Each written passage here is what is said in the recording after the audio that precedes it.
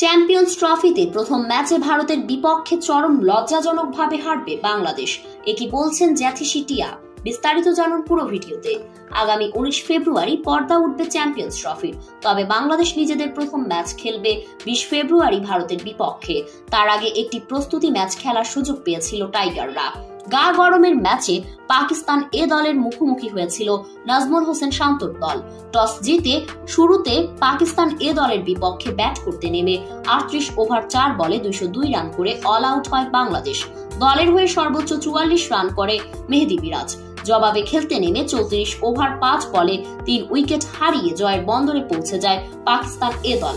এদিকে চ্যাম্পিয়ন্স ট্রফির প্রথম ম্যাচে ভারতের বিপক্ষে মাঠে নামার আগে জ্যোতিষী টিয়া বলছে বাজেভাবে হারবে বাংলাদেশ।